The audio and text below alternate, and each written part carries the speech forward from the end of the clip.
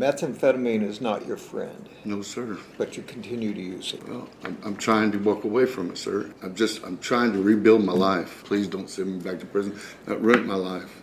This is case 24CR 41911, State of Ohio versus Daniel Foster. Mr. Foster is present. Without counsel, the state is represented by Teresa Hyatt. Mr. Foster, there's been a report of community control violation. Starting back September 8, 2025, you were failed to report to your ICOTS officer as ordered. On September 12, 2025, you admitted that you had used alcohol, methamphetamines, and amphetamines to your officer. On January 5, 2026, you had a diluted urine sample, which confirmed by the lab to be diluted, as well as positive for methamphetamine and amphetamine. January 16, 2026, you were found to have a diluted urine sample, which confirmed by the lab to be diluted. February 6, 2026, you tested positive for methamphetamine. On February 12, 2026, you tested positive for alcohol. February 27, 2026, you tested positive for methamphetamine. April 28, 2026, you had a diluted urine sample. It's probably not back yet. Is that back yet? You know, just I do not believe so, Your Honor. confirmate. Okay. This could result in revocation of your community control, imposition of the prison sentence that was reserved. You have a right to be represented by an attorney. If you can't afford an attorney will be appointed to represent you. Would you like to have legal counsel? Yes, sir. Okay. You understand we will appoint an attorney if you cannot afford an attorney. Okay, you pled guilty in the case, right? Felony 3, domestic violence. Pled to felony 3, domestic violence. 2 counts, Your Honor. 2 counts. There were 2 victims. Also, count 5, violating a protection order. 2 of those as well. Okay. And then 1 count of felony 5, obstructing. Okay. So you want to waive counsel? Yes, sir. Okay. You understand we will appoint an attorney to represent you if you can't afford it. Yes, sir. Do you feel pressure from anyone to waive counsel? No, sir. I've been battling an addiction, sir. I just completed an IOP program down there through Burlington. It's called Ethan Health. Down where? In Kentucky. I'm on Interstate Compact. Okay. And I've had to take drug tests every week. And like I said, I've been battling an addiction. I came in here and I've got a letter in the mail stating that they wanted to see me. I went to my probation officer to get a travel pass, and they drug tested me right then. They said that test was diluted because it was too clear due to my history of being accused of diluting a test. Now, I've admitted to using methamphetamine. I went through the STAR program. I went through their IOP program. I showed up here, took a drug test, went for my probation officer, and it come back negative. I'm just asking Your Honor to, help me fight this addiction. And I've not been a lot of. It's been an attempt to help you fight the addiction. I've been trying, sir. I really have been trying. And I've been since I think it was mid-February. I passed those tests. Now, I think there was an issue with an alcohol on a test. I didn't know that was even part of it, but that's what they told me. But I'm just asking that, I've got a job. I work 7 days a week at Ford Auto Plant in Louisville, Kentucky. I just left UC. I was working at the science buildings up there. I got put on at Louisville, Kentucky, working 7 days a week. I showed that employer that they were requesting me to come up here. I had a feeling that they were going to take me into custody. But he told me that my job would still be there. Should I get any leave? What is your job? What do you do? I'm a union iron worker. Yes, I was setting all the concrete at UC on the job down there on those 3 buildings. But the union hall called me out of Louisville and said, "Look, you've been on the list for almost a year now to get down here. Can you come take a drug test and go to work?" And I said, "Yeah." I went down there, took a drug test. I give the officer my chain of custody paperwork, which is the next day after they said I diluted that test. I went and took a test at 8 o'clock in the morning, and Quest Diagnostics said everything come back negative. I give her the paperwork whenever I come to turn myself in. I have the information here.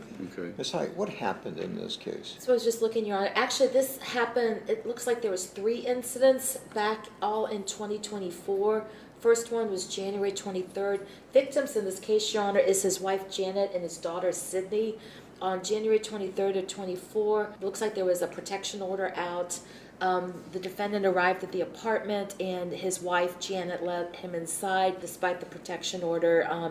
Sydney called the police because once inside, Janet tells him that she's done with him, at which point he gets on top of her, holds her down, and there's a bruising to her right elbow, and she complained of pain in her arm. Her daughter Sydney tried to intervene when the defendant was holding her mom down, at which point he then grabs her by her hair, throws her to the ground, gets on top of her, and pins her down.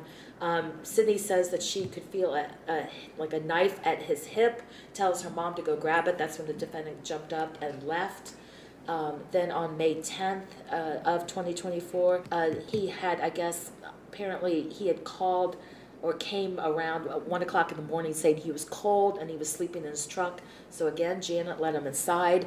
They get into an argument. He throws her to the ground, covers her nose and mouth to the point that she said she couldn't breathe.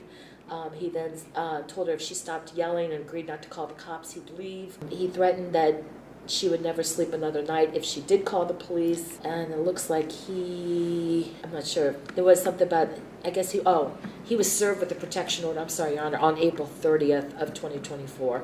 So the protection order was not in place on it must have come from the January incident. And then the last incident was August 9th. Apparently, let's see, her mom had told her, Sydney had told her mother that she needed help getting in the front door because her hands were full, and her mom comes to the front door, and he's right behind her. So again, he's ordered to show hands. So that must have been, on August 9th, must have been just the protection order violation versus any of the domestic violences. But there's domestic violences on the 2 prior incidents. Okay, As well as there was other counts that were dismissed as well, like disrupting and that sort of thing. so you waived counsel. Do you deny the allegations against you? They're not exactly true. Okay. I did plead guilty to the domestic violence. I haven't spoke to my wife or my ex-wife since August 9th of that year. We went through a divorce. We're divorced now, and I'm living down in Kentucky. I haven't spoke to my daughter or my ex-wife since. Okay, you're saying those allegations may not all be true, but what about the ones you're accused of as far as violating your probation? Yes, sir. Yes, sir. Like I said, I do have an addiction, and I Okay. believe it is. You admit that. I Okay. believe it is a brain disease, and I do believe that I'm searching for help because I also have a therapist at Mind Sight in Somerset, Kentucky. Her name's Debbie Abbott. I meet with her twice a week, and she's been helping me. They're both therapists down there that I've been in therapy with them since I almost started probation. But like I said, I completed the ILP. I haven't spoken with my ex-wife. I never even got to say goodbye to her. I never even got to say anything to her. And I was married to her almost 30 years. I haven't seen my daughter. I'd love to see my daughter. She graduates Miami University May 16th.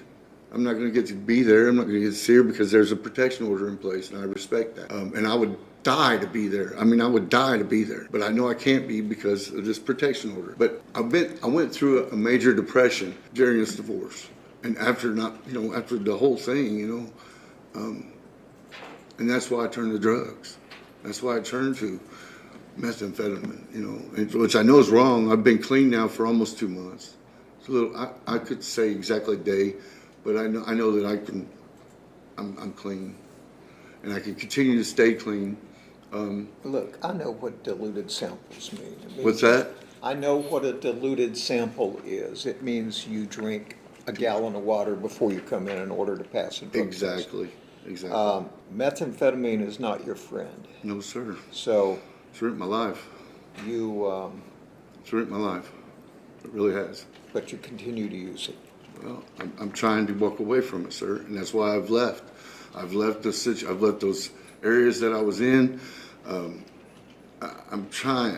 I've been honestly trying. I haven't been through a drug court or anything like that yet, where they call, I guess, and do all that. But I was taking a drug test once a week. That's why those positives were coming back. But the reason that it shows so many positives is because I was being tested at probation and then going straight to the IOP and being tested there. So it's a double test.